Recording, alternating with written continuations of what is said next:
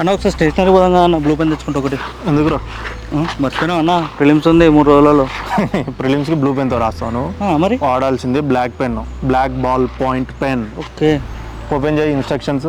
చూడు ఏమేమి ఉన్నాయి ఇన్స్ట్రక్షన్స్లో, ఏమేమి ఇచ్చిండు.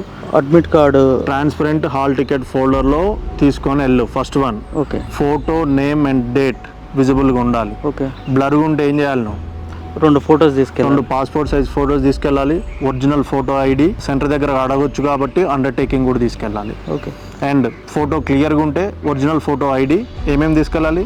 Aadhaar card, pan card, voter ID, passport ఉంటే పాస్పోర్ట్ కూడా తీసుకెళ్ళవచ్చు. ఓకేనా? దాంట్లో మాత్రం date of birth, identity verification మాత్రం చాలా క్లియర్గా విజిబుల్గా కనపడాలి. ఓకేనా?